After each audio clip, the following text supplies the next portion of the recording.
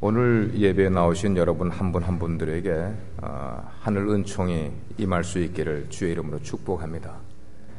오늘 아침에 나와서 기도하면서 저는 이제 이런 날은 평소보다 더 일찍 교회에 옵니다. 혹시 교회에 무너진 것이 없을까? 무너진 곳이 한 군데 있더라고요. 여러분들이 눈여겨보시면 뭐가 무너졌는가 보일 거예요. 그랬는데 와서 기도를 하는데 하나님이 제 마음 가운데 평안한 마음을 주세요.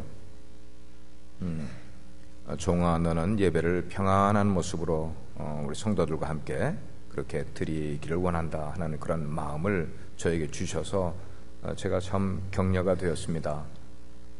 그러면서 이제 어떤 생각을 해보는가 하면 여기 이제 중국에서 계시다가 온 형제도 계신데 제가 처음에 중국 선교를 간 것이 1994년 12월이었어요. 그래서 크리스마스를 중국서 보냈는데 제가 간 곳은 우리나라로 말하면 함경북도 그 백두산 두만강 건너편 러시아가 한 2시간밖에 떨어져 있지 않은 그런 곳이었습니다. 12월에 제가 갔는데 중순쯤 되니까 영하 20도까지 내려가는 거예요. 집들도 좀 시원치 않은 집들이기 때문에 창호지로 된 그런 문 있잖아요. 옛날 우리 한국집 그런 모습인데 그 쇠고리가 있는데 창호지 문 쇠고리를 딱 잡았는데 손이 딱 붙어버리는 거예요. 여러분 그런 거 경험해 보셨어요? 쇠고리를 만졌는데 손이 딱 붙어서 안 떨어져. 그리고 그분이 그러더라고. 목사님 조심하세요. 살 터집니다. 뛰려고 했다가 살이 터진다는 거예요. 그런데 참 이 얘기를 이제 드리면은 감사한 것은 그런 가운데서도 수요일 저녁 예배에 성도들이 가득 모인다는 것이에요. 지금은 모르겠어요. 근데 그때만 해도 미국서 주의 종이 왔다고 그 말씀을 듣기 위해서 성도들이 그 추운 겨울날 2시간을 걸어서 와요. 왜냐하면 교회가 없기 때문에. 교회로 모인다고 그거를 듣기 위해서 2시간을 걸어와. 어떤 형제는 자전거를 타고 밤에 가로등도 없고 그렇게 주일날도 아침 예배를 그렇게 와서 드리고 돌아갔다가 저녁에 또 와. 그 성도들이요. 뭐 때문에요? 말씀 듣겠다고요. 그런 분들을 이렇게 보게 될 때에 제가 마음에 크게 도전이 되는 거예요. 신앙생활이라는 게 뭘까? 오늘도 메시지 속에서 나오겠습니다만 우리는 신앙을 참 상대적으로 하는 것 같다는 생각이에요. 신앙생활을 편한 데서는 너무 편하게 하고 또 어려울 때는 또 너무 어려운 상황에서 신앙생활을 하는 것이 우리들의 모습이 아닌가. 어느덧 한 해가 저물어 가고 있어요. 한 해가 저물어 가면은 누구보다도 저는 저 자신을 먼저 돌아봅니다. 내가 한 해를 어떻게 지내왔는가. 그럴 때 이런 생각이 들어요. 한 교회에서 오래 목회를 하는 목회자에게 걸리기 쉬운 병이 있어요. 그건 뭐냐면 타성에 젖는 병이 들 수가 있다는 거예요. 누구도요. 목회자도요. 한 교회에서 오래 목회를 하다 보면은 새로운 것을 보지 못할 수도 있고 한 교회에서 오래 목회를 하다 보면은 자기 자신의 시야가 좁아질 수 있다는 것이에요.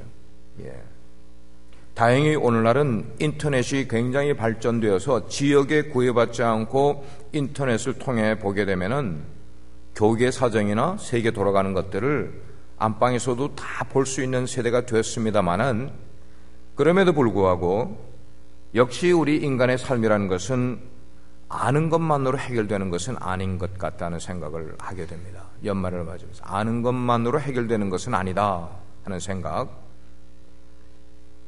법을 많이 아는 법학도라고 해서 재판을 늘 공정하게 잘 할 수 있는 것만은 아닌 것 같아요. 건축을 공부했다고 해서 그 사람이 만드는 모든 건물을 정말로 잘 지을 수 있다는 것도 또 아닌 것 같아요. 이거를 우리들의 신앙생활을 한번 생각을 해봤어요. 그건 뭐냐? 성경을 많이 안다고 해서 꼭 좋은 신앙인이 될 수 있다는 것 아닌 것 같다는 생각이에요. 우린 성경 많이 알 수가 있어요. 또 공부하는 거 좋아하는 사람은 성경 내용을 잘 공부할 수가 있어요. 그러나 그렇게 아는 것이 우리를 좋은 신앙인으로 만드는 것은 아닌 것 같다는 생각이에요. 좋은 신앙인은 뭐냐? 자기가 배우고 그리고 말씀을 들어서 깨달은 바로 그것을 그대로 살아가 보려고 노력하는 가운데 좌충우돌 해보는 거예요. 어떤 거는 내가 신앙생활 하기가 좋은 것도 있고 받아들이기 쉬운 것도 있는데 어떤 것들은 잘 안 되더라. 좌충우돌 넘어질 때도 있는 거예요. 갈등도 겪는 거예요. 그러면서 내가 배우고 깨달은 것들을 내 삶 가운데 시도해 보려고 이렇게 노력을 하는 가운데 점차 더 나은 신앙을 소유하는 사람들이라야 좋은 신앙인이 될 수 있다는 것을 생각해 보게 되는 것이에요. 저는 1년에 한두 차례 정도 선교지를 방문을 해요. 선교지를 방문을 하는 이유 가운데 한 가지는 이유는 아니지만 방문할 기회가 꼭 되니까 방문을 하는 것이지만 선교지를 방문할 때마다 느끼는 것은 새로운 것을 제가 배우는 거예요. 근데 사실은 새로운 것은 아니에요. 선교지에서 제가 경험하는 것 사실은 뭐냐면 이전에 내가 청년 시대에 내가 지금보다 더 하나님과 가까이 신앙생활을 하던 때에 내 속에 있었던 순수함과 열정을 선교지에서 보는 거예요. 그렇다면 지금의 나의 모습은 어떠냐는 거예요. 그런 순수함은 없는 것 같고 그런 열정을 잃어버린 것 같다는 거예요. 그래서 선교지에 나가보게 되면은 그들이 신앙생활을 하는데 얼마나 순수한지 얼마나 열정을 가지고 신앙생활을 하는지를 보면서 여기에서 신앙생활을 하고 있는 저가 다시 도전을 받는 거야. 그리고 돌아올 때는 내 삶 가운데 이런 연약한 부분, 이런 지금 제대로 하지 못하는 부분, 옛날에 가졌던데 지금은 못하는 부분들을 새롭게 내가 돌아보고 이렇게 하겠다는 어딘지 모르게 나의 신앙생활 속에 무뎌진 부분이 있는 것 같아요. 어딘지 모르게 내 삶 가운데 고정관념이 있는 것 같기도 하고 내가 만들어 놓은 틀 속에서 내가 살아가려고 하는 그런 모습들이 제 가운데 있는 것 같은 거를 새롭게 깨닫는 거예요. 어디 가서요? 선교지에 가서요. 그리고 돌아올 때는 새 마음을 갖고 내 틀을 깨어버려야겠구나 하는 마음을 갖고 돌아오게 되는 것이에요. 현재 제가 미주 총회 우리 침례교 총회 한 850개 정도 교회가 있는 가운데 해외 선교부 이사로 섬기고 있어요. 그러면 이 이사들은 1년에 그 해외 선교부에 속한 일들도 하지만 이사들만이라도 우리가 파송한 선교지에 직접 나가서 우리가 파송한 선교사님들이 어떻게 사역을 하는지 그 선교지를 답사하는 일이 1년에 한 차례가 있어요. 그러니까 이번에도 중남미 도미니카와 아이티에 그런 계통으로 해서 이사들이 가게 됐어요. 가게 되면은 그곳에서 우리 선교사님들이 사역하는 그 원주민 그 선교지에 방문을 해서 집회도 인도를 하고 거기에 목회자들, 거기 원주민 목회자들을 우리가 훈련도 시키고 하는 그런 세미나를 인도하게 돼요. 여러분들은 어떻게 연말을 맞이하면서 여러분들을 돌아볼 수 있는 기회를 가져보십니까? 하는 질문을 하고 싶어요. 그러면은 돌아보면서 내가 금년 한 해를 잘하고 좋았던 것만 생각할 것이 아니라 늘 우리는 연말을 맞을 때에 캘린더를 생각해 보는 거예요. 그래서 내가 한 해 동안 하나님 앞에 내 계획대로 그리고 내 생각대로 신앙생활 하지 못하고 내가 연초에 결단한 대로 하지 못했던 부분들을 연말이 되면 우리가 어떻게 해봐야 돼요? 반성해 볼 필요가 있는 것이 연말을 정리하는 우리들의 모습인 것 같아요. 오늘 우리가 읽은 본문의 말씀을 묵상을 해보게 되면은 바울 사도가 골로새 교회를 인해서 하나님께 정말 하나님께 아버지 하나님 이 교회를 위하여 감사를 드립니다 하는 그 감사의 기도 하나 나와요. 골로새 교회는 에바브로디도가 목회를 하는 그런 교회인데 바울의 제자 아닙니까? 이 교회는 가난한 교회예요. 이 교회는 작은 숫자가 모이는 교회예요. 우리 선교팀들이 소아시아 그때 팀들이 가서 보니까 골로새 교회는 다른 교회들은 그래도 흔적이나 있는데 골로새 교회는 흔적도 없어요. 여기에 골로새 교회가 있었던 것 같다 하는 거기다 말뚝 하나 박아놨더란 말이에요. 별로 이름도 나지도 않은 그런 교회임의 사실인 거지만 사도 바울은 그런 골로새 교회를 위하여 기도하게 될 때에 두 가지를 위해 기도하는 거예요. 첫째는 뭐냐? 하나님의 은혜 때문에 감사 기도를 하고 있고 하나님의 평강이 그 교회에 있기를 간절히 하나님께 기도하고 있는 모습이 오늘 우리가 읽은 본문에 나오고 있어요. 여기서 하나님의 은혜라는 것은 우리가 헬라어인데 한번 따라 하시길 바랍니다. 카리스. 한 번 더요. 카리스. 이 카리스라는 게 하나는 은혜예요. 이 카리스라는 단어에서 영어의 grace라는 단어가 나온 거야.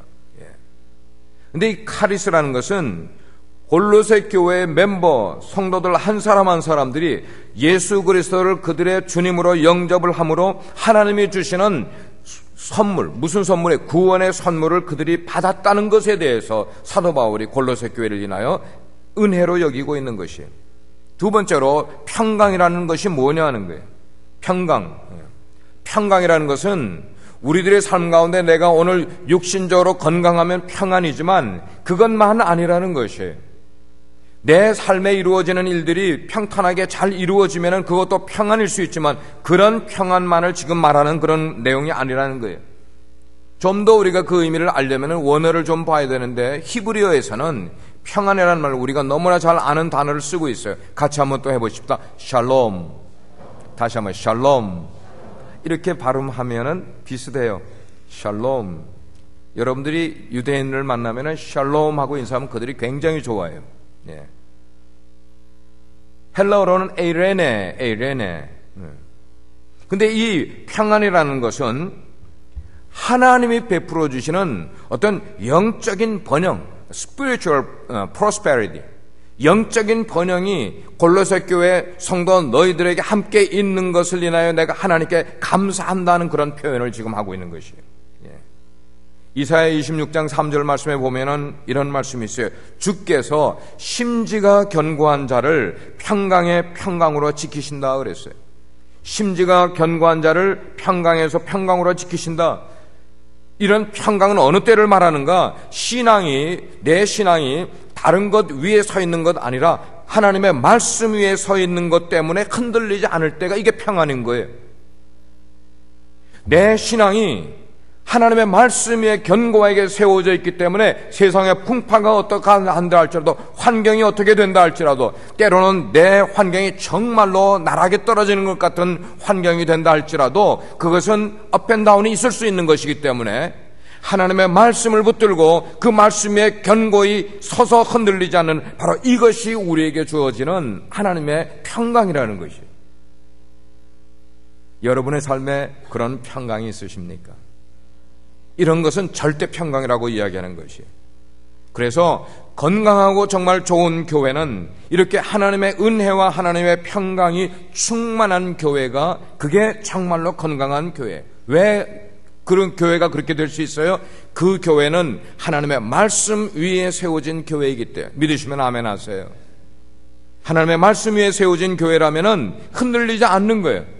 세상이 어떻게 변하더라도 정치가 어떻게 나빠진다 할지라도 사회가 어떻게 어려움을 겪게 된다 할지라도 내 가정에 어떤 재정적인 굴곡이 생긴다 할지라도 내가 말씀 위에 세워진 신앙 때문에 내 삶이 영향을 받지 아니하고 흔들리지 않는 삶을 살아갈 수 있다면 이것이 뭐냐면 하나님의 은혜와 하나님의 평강을 경험하는 삶이 된다는 것이.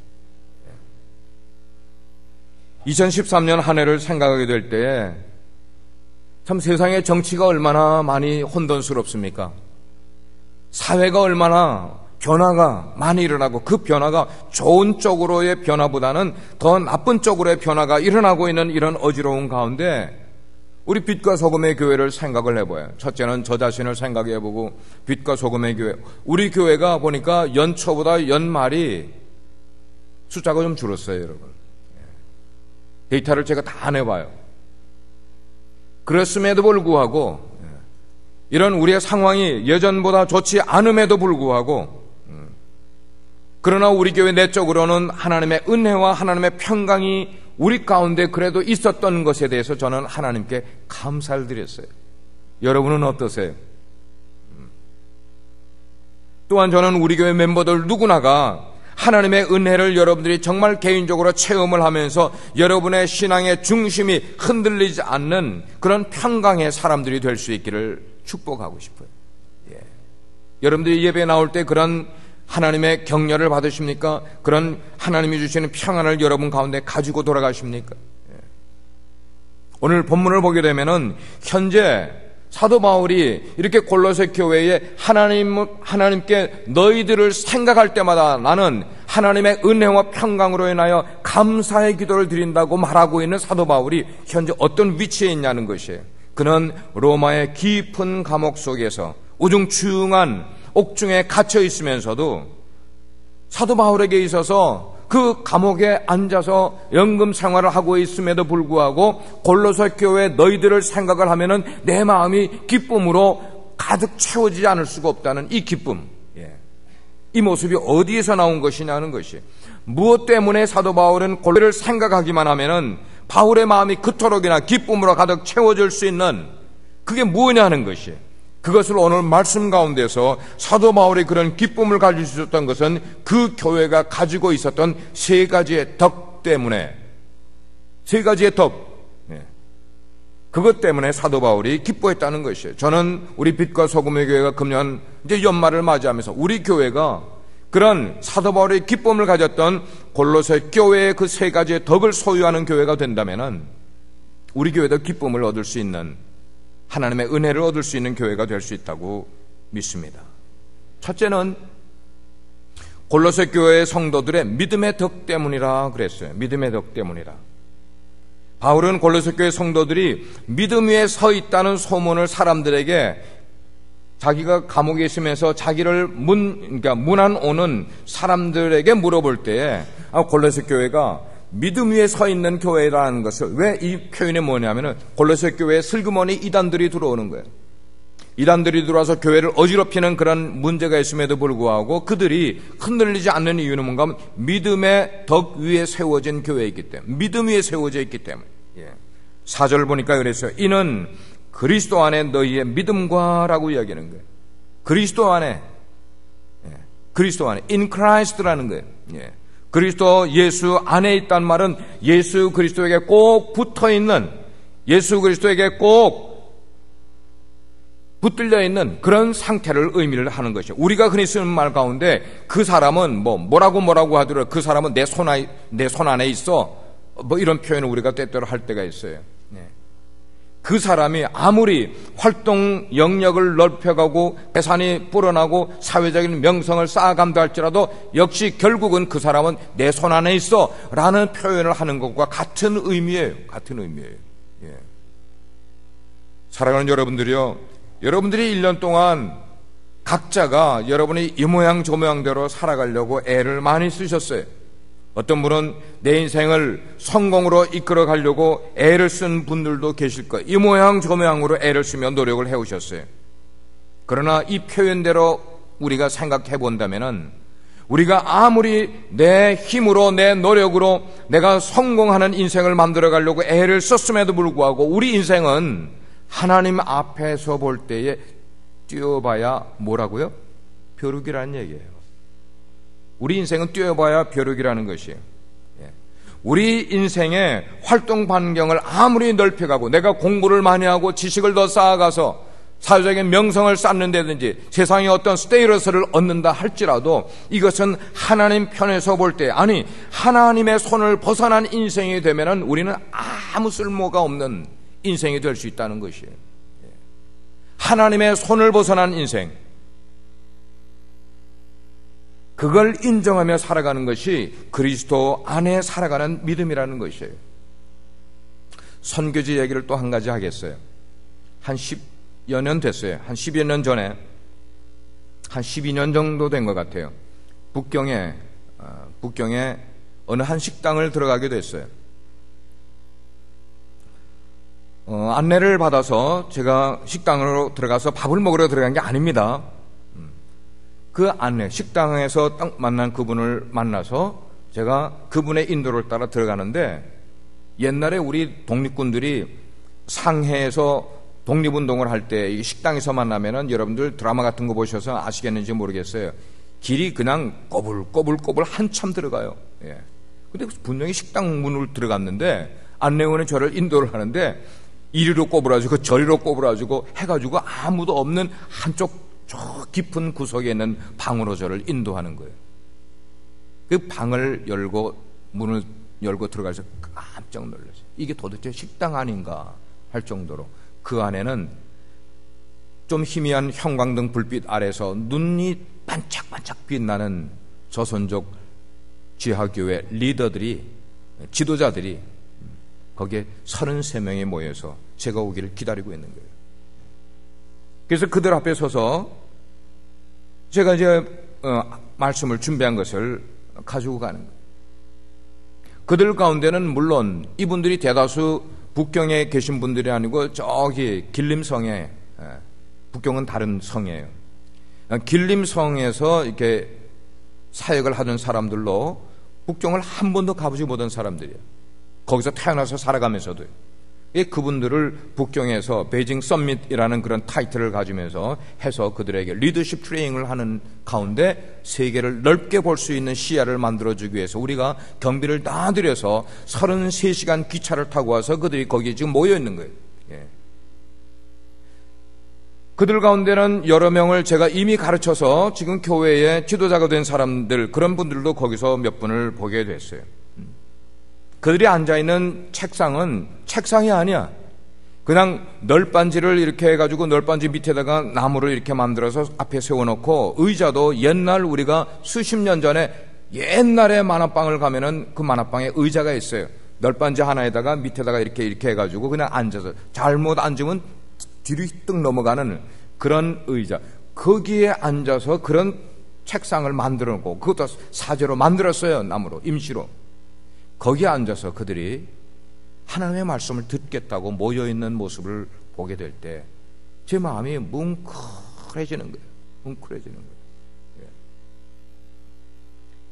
그리고 그들이 뭘 듣고 있는데 그들의 그 듣고 있는 내용 속에 그들의 얼굴이 얼마나 기쁨으로 차 있고 얼마나 은혜를 사모하는 것, 그리고 얼마나 그 마음 가운데 감사를 가지고 말씀을 듣고 있는지, 오히려 제가 인도하는 제가 그들 속에서 나오는 그런 모습을 보면서 제가 도전을 받아서 아주 그냥 가르치게 돼 혼신의 힘을 다해서 그들을 가르치는 거예요. 예. 목회를 하면서 깨닫게 되는 것은 우리의 신앙은 참 상대적일 수 있다는 것이에요. 아까도 제가 그 표현을 했습니다. 우리 신앙 생활은 참 상대적일 수 있다. 종교의 자유가 전혀 허락되지 않는 그런 곳에서 몰래 어떤 사람의 인도를 받아 지하교회에 갔어. 거기서 말씀을 듣는 가운데 처음 듣는 말씀이에요. 너무 놀라운 말씀이에요. 그 말씀의 주인공은 예수 그리스도라는 분이야. 그 예수 그리스도가 나를 위해서 내 죄를 대속하시기 위해서 십자가에 달려 죽으셨다는 그 얘기를 듣고 이 사람의 충격을 받고 그 예수님을 자기의 구세주로 영접하는 거예요. 지하교회에 갔다가 영접한 사람에게 드러나는, 대다수의 그 영접한 사람들에 드러나는 그런 한 가지 현상은 뭔가 하면 누가 시키지 않아도 그 다음부터는 자기 집에서 자기 가족들하고 예배를 드리기 시작한다는 거예요. 매일. 누가 시켜서 안 해요. 예수님을 그렇게 지하교회에 갔다가 만난 사람, 이제 예수님을 만난 지 한 달이 됐습니까? 1년이 됐습니까? 아니, 예수님을 만난 바로 그 순간부터 자기 집에 가서 하는 일은 뭔가 하면 식구들을 모아놓고 예배를 드리기 시작을 하는 거야. 매일 예배를 드려요. 제가 그런 지하교회에 성도 집에 가서 민박으로 여러 날을 잡았어요. 새벽마다 4시 반이면 일어나서 목사님 말씀 인도해 주세요. 그래. 매일 예배를 드려요. 매일 예배를 드려요. 그러면 거기서 말씀을 인도를 하고 그 다음에 이제 그 지도자들 강의하는 대로 제가 이제 차를 타고 이동을 해서 가고 그런 일들을 했었어요. 그것뿐만 아니라 자기 집에서 예배 드릴 뿐만 아니고 그 다음부터는 누가 뭘 하지 아니하여도 그가 들은 그 놀라운 복음을 사람들에게 전파하기 시작하는 거예요. 만나는 사람마다 눈치를 봐가면서 그거를 전파하기 시작을 하는 거예요. 그런 위험한 일을 누가 시켜서 아니고 스스로 그 일을 하게 된다는 것이에요. 그래서 예를 들어서 연결해서 좀 떨어져 있는 곳에 H 도시라는 데가 있는데 제가 그 이름을 말해야 되기 때문에 그 도시는 그 도시에 구학철 구명희 남매가 있는데, 이 남매는 예수님을 그렇게 믿고 나서요, 너무 뜨거워서 자기 집에서부터 예배를 드리기 시작을 하다가 그것이 지하교회가 되어버렸어요. 지금은 그 구학철 목사가 우리 신학교를 통해 이제 다 돼서 지금은 목회를 하고 있는데, 그 교회를 통하여 처소교회가 25개나 만들어진 거예요. 할렐루야! 할렐루야! 미국에 있는 교회가 50년이 가도 자기 개척교회 하나 개척하지 못하는 교회가 수두룩한데도 불구하고, 이런 선교지에 있는 교회들은 정말로 복음에 뜨거워서 그 소명을 받은 사람은 자기 교회를 목회할 뿐만 아니고 나가서 지교회를 만들어 25개나 만들어요. 그 여동생이 있는데 구명이라고 있어요. 구명이.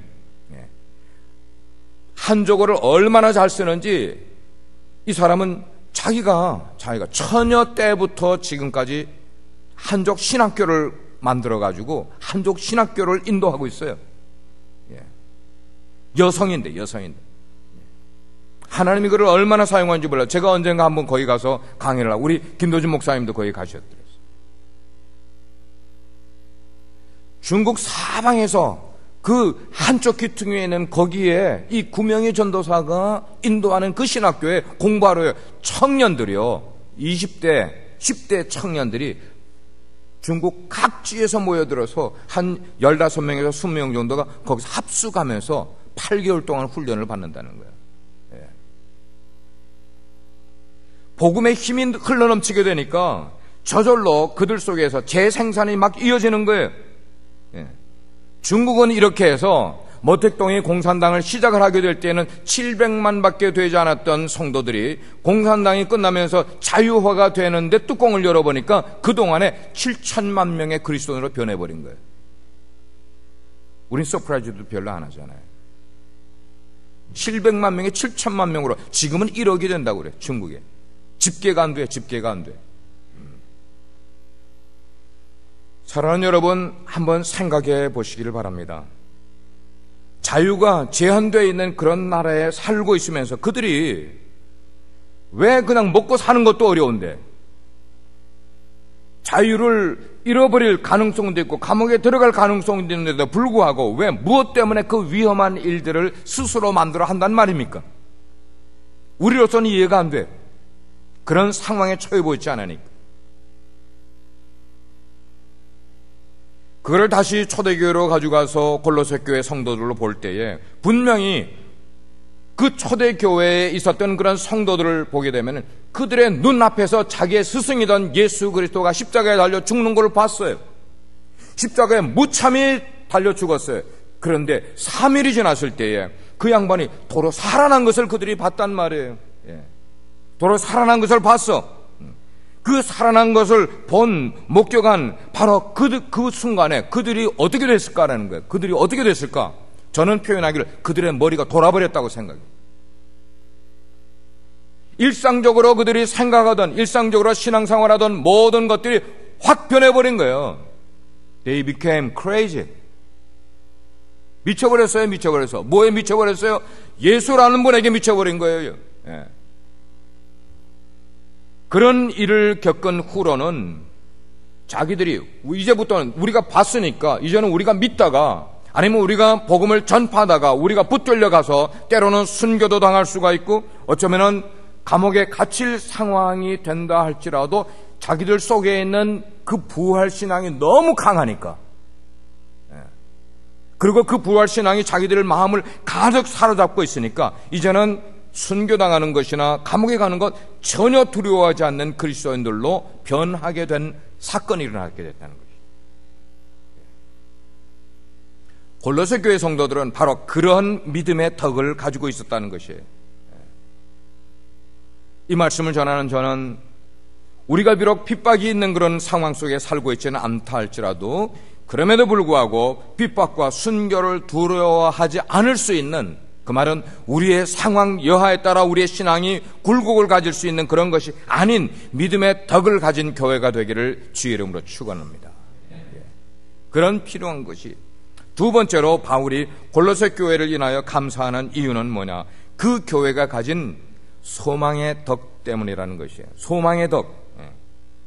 그 교회, 골로새 교회 멤버들은 진리의 말씀을 들은 날부터 이제는 이 땅에 가지고 있던 관심, 이 땅에 가지고 있었던 그들의 모든 소원들, 이런 것 거기다가 소망을 두지 않고 이제부터는 뭐야? 하늘 위에다가 소망을 두는 삶을 살기 시작을 한 것이 바로 그들의 변화된 모습이었어요. 이 땅에 소망을 둔 삶 속에서 살다가 이제는 하늘에 소망을 둔 모습으로 변화되었다는 것이에요. 언젠가 한번 중국 갔다 오다가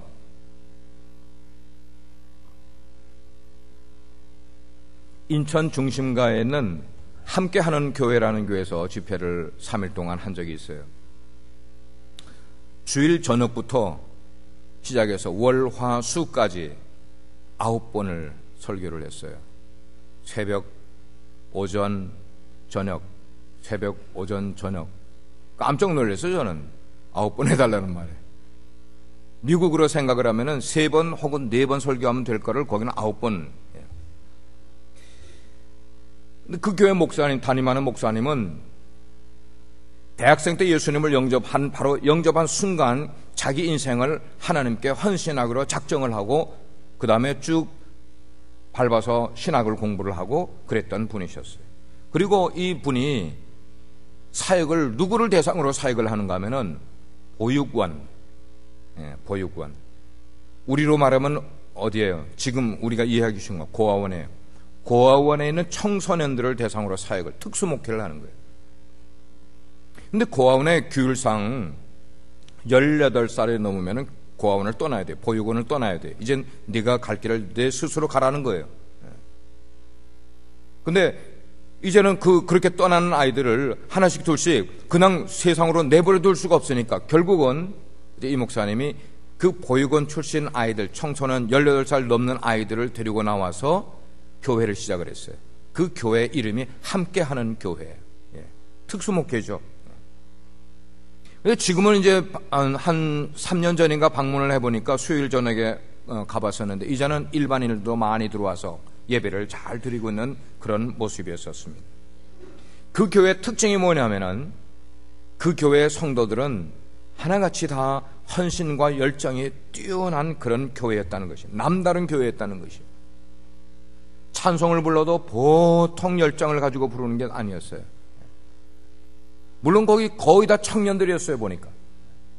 몇 명들이 이제 그때 해도 한 10년쯤 전이니까, 결혼한 사람들도 한 몇 가정 있긴 했습니다만, 대다수 청년들이었는데, 그리고 기도를 해도 그들이 부르짖어 기도를 하는데 얼마나 정말 뜨겁게 그렇게 기도 삶을 살아가는지, 거기에 있는 사람들이 그래도 어떤 사람들이 있는가 하면 은행원도 있고요, 학교 교사들도 있고요, 직장인들도 있고, 이제는 그래도 사회에서 제대로 살아가고 있는 그런 청년들이었어요. 얼마나 아름다운지. 그 찬양팀에 보니까 진짜 미스 코리아에 나가도 될 만큼 이쁜 아이가 있더라고. 그래서 난 우리 교회 청년 생각이 딱 나는 거야. 너 우리 교회 청년하고 소개해주면은 미국 가서 살래? 내가 물어봤어요.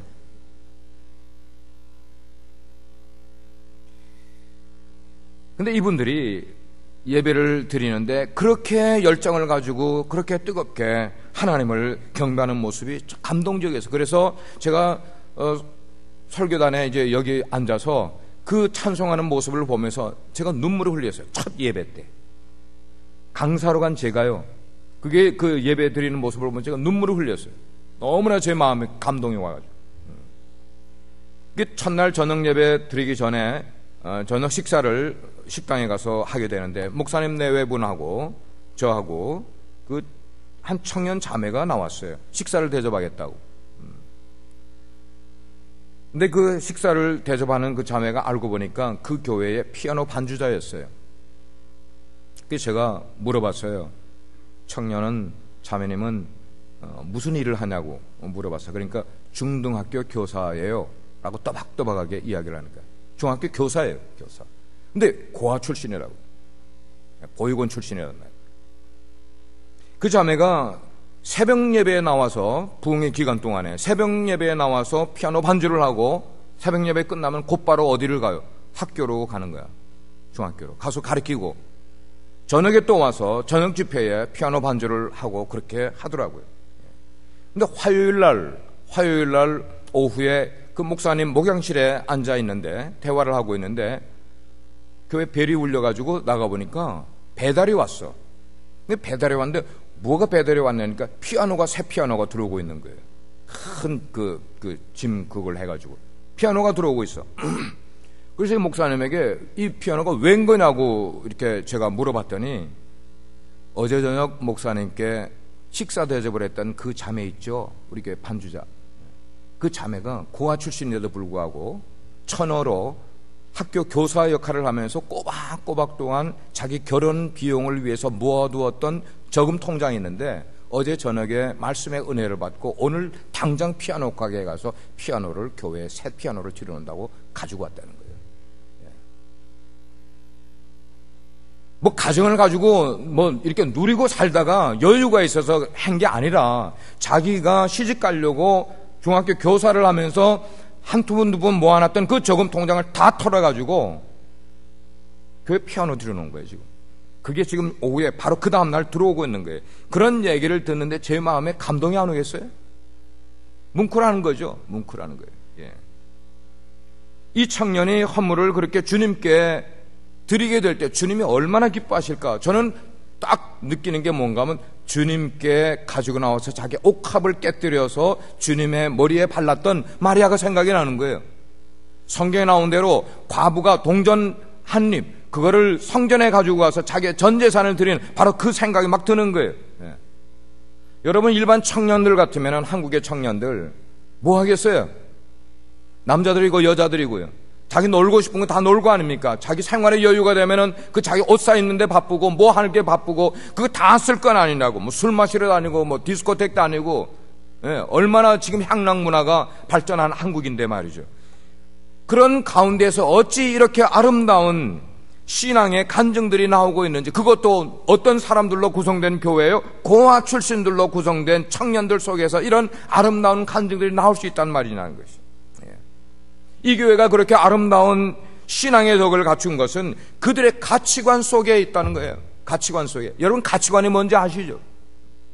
내 삶을 드라이브해가는 가장 중심된 생각, 나를 위한 생각이면 내 가치관은 나를 위한 가치관이 되는 거예요. 그러나 이 자매 그리고 그 교회의 청년들을 보게 될 때 그들의 가치관은 이 세상의 가치관을 둔 것이 아니고 하늘의 소망을 둔 가치관을 가지고 오늘 청년의 시대를 살아가고 있더라는 것이에요.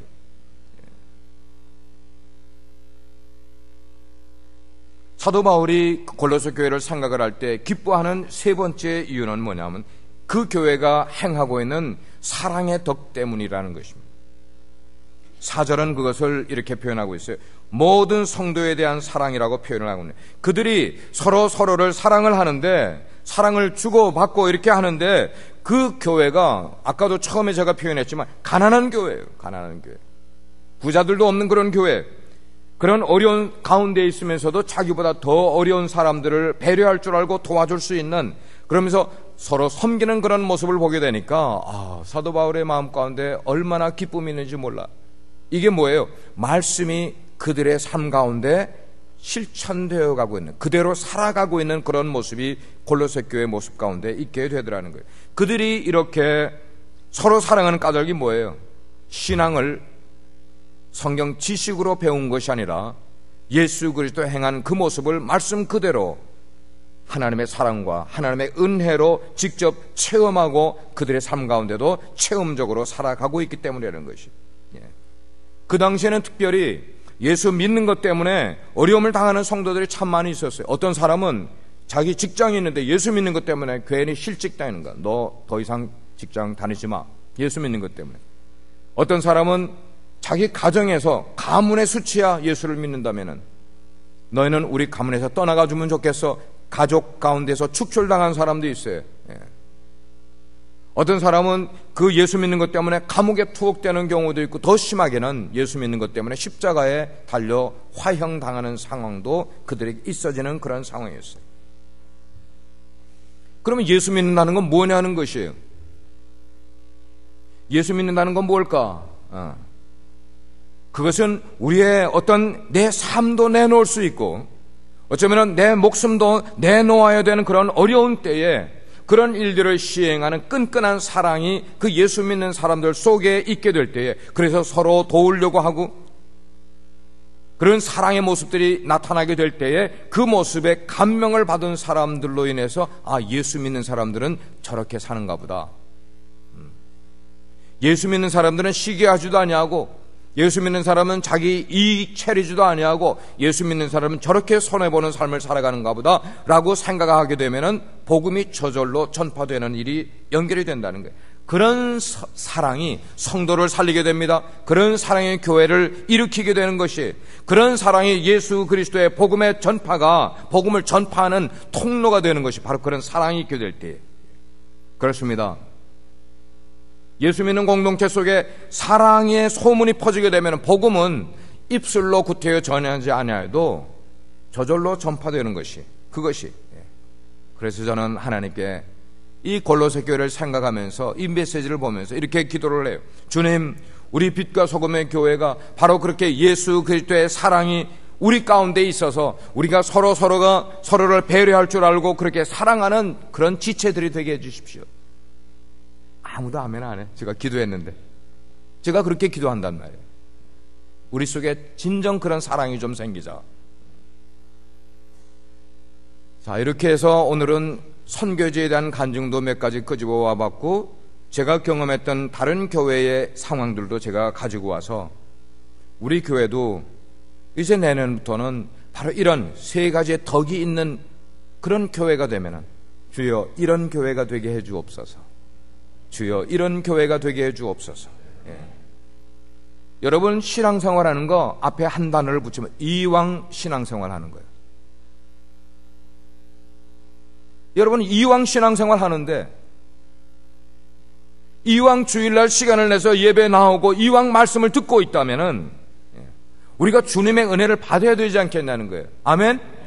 이왕 신앙생활 하는 거 주님의 은혜를 좀 받아야 되지 않겠냐는 거예요. 억지로가 아니라 정말로 기쁘게 우리가 신앙생활 좀 해야 되지 않겠냐는 거예요. 예. 억지로 신앙생활 하세요? 좀 기쁨으로 하자 말이에요. 기쁨으로.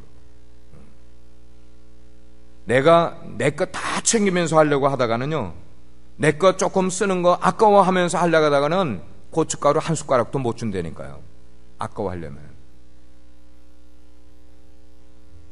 우리 교회 내에서, 우리 지체들 내에서 내가 희생하지 않으려고 한다고 해서 내가 더 부자 되는 것 결코 아니더라고요. 그런 이기적인 그런 데서 이제는 좀 나와서 이제는 좀 그런 신앙생활, 그런 인생 살아가지 말고요, 우리 그리스도인들은 좀 뭐라고 그럴까, 손해보는 삶을 살자는 거예요. 좀 나누는 삶을 살자는 거예요. 좀 베푸는 삶을 살자는 것이. 그리고 진짜 사랑을 하면서 남을 좀 그렇게 섬겨보면서 그렇게 모이는 공동체가 된다면 이 자리에 나와서 은혜 받지 않을 사람이 어디 있겠냐는 거예요. 우리가 그렇게 살아간다면. 근데 뭐 계속해서 52주 빠짐없이 설교가 나가고 있어도 초대교회에 핍박받는 지하 공동체 교회 한 번 가서 은혜 받고 그 삶이 이어진 사람들과 비교하면은 우리는 52번을 들어도 하나도 변하지 않으려고 노력을 합니다. 안 해요. 여러분들 탓할 이유가 없어요. 제가 변하지 않아요. 사랑하는 우리 빛과 소금의 성도 여러분, 오늘날도 초대교회의 모습을 핍박이 없는 이곳에서도 왜 하려고 애를 쓰면 하지 못하겠냐는 거예요. 여러분, 한국에 광염교회 이야기라는 책이 있어요. 광염교회. 그 교회는 광염교회라는 이름보다 더 유명한 닉네임이 있는데 그게 뭔가 감자탕 교회라는 거예요. 왜냐하면 1층에 감자탕 식당이 있어. 그리고 그 교회는 3층, 4층이 있어. 그래서 감자탕 교회. 근데 그 교회는 그 동네에 모든 있는 가게들이요, 사람들이 너무 많이 와가지고 그 가게 앞에 다 주차를 해도요, 그 가게 사람들이 불평을 안 한대요. 왜냐면은 그 교회 성도들은 교회 왔다가 가면서 그 동네에서 장사하고 있는 가게에 들어가서 다 사준다는 거예요.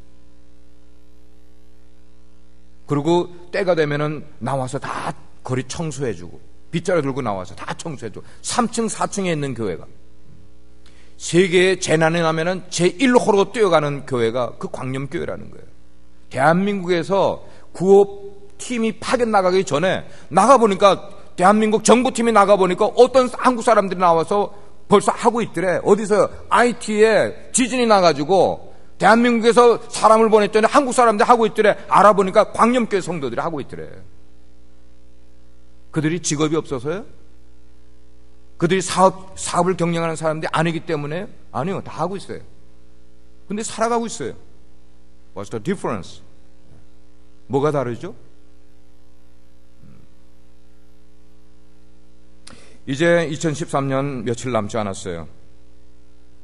우리에게 하나님의 사랑은 바로 이런 것이다라는 것을 몸소 보여주기 위해서 하나님의 아들이 이 땅에 오신 성탄절을 기념할 날이 며칠 남지 않았어요. 자, 이때에 우리들의 마음속을 한번 들여다보자는 것이에요. 우리 마음속에 뭐가 차지하고 있는지를 한번 들여다보자는 거예요. 누가 중심이 돼서 내 삶을 살아가고 있는지를 한번 들여다보자는 것이에요. 혹시 여러분 가운데 연말 지금까지 내가 사는 게 너무 힘들어서 지금은 완전히 번아웃, 지쳐있는 상태에 계신 분 계세요? 그래서 여러분들의 믿음의 색깔이 퇴색되어 버린 분 계세요? 그런 분 계시다면 믿음의 색깔을 회복하시길 바라요. 정말 하나님의 말씀에 근거된 믿음으로 여러분의 믿음의 색깔을 변하게 해주시길 바라요. 두 번째, 여러분 앞에 닥친 걱정들과 근심, 염려 이런 것들이 가득 내 마음에 차 있는 것 때문에 여러분 가운데 천국에 대한 소망이 일시적으로 퇴색돼 버린 분 계세요? 나는 천국의 소망 없이 오늘 걱정 근심 그냥 다 가지고 오늘까지 살아오고 있다는 분, 그러면 여러분 다시 한번 생각해 보세요. 뭐예요? 천국에 대한 소망을 다시 한번 꼭 붙들어 보시길 바라요. 그러면 근심과 걱정이 사라지게 될 줄 믿습니다. 세 번째는 뭐예요? 온 세상 사람들을 내가 다 사랑하지 못해. 나의 능력도 안 되고 나의 시간도 안 되고 에너지도 안 돼. 그러나 내 가까이에 있는 사람들, 누구예요? 내 가족들이에요. 내 친척들이에요. 내 가까이 있는 형제 자매들이에요. 우리 성도들 될 수가 있어요. 이런 사람들에게 그들의 필요가 뭔가, 큰 거 아니라도 작은 필요가 뭔가를 보면서 그 작은 필요를 채워주려고 애를 쓰는 그런 사랑을 나눌 수 있는 마음이 우리 가운데 없다면 다시 한번 생각해 보시라는 거예요. 그 사랑을 회복하시길 바래요. 이렇게 교회가 믿음과 소망과 사랑, 여기 위에 든든히 세워져 있는 교회가 된다면 그 교회에 드나드는 모든 사람들은 주님의 은혜 그리고 주님이 주시는 평강, 이것을 아예 그냥 가마솥처럼 그냥 가득 채워서 그냥 넘치게 줄 수 있는 은혜가 될 줄 믿습니다. 그렇습니다. 무엇으로 할 수 있느냐? 복음만이 할 수 있어요. 복음만이, 오직 복음만이 그런 교회를 만들 수 있고 오직 복음만이 그런 성도를 만들 수 있는 줄 믿습니다. 기도하시겠어요? 은혜로우신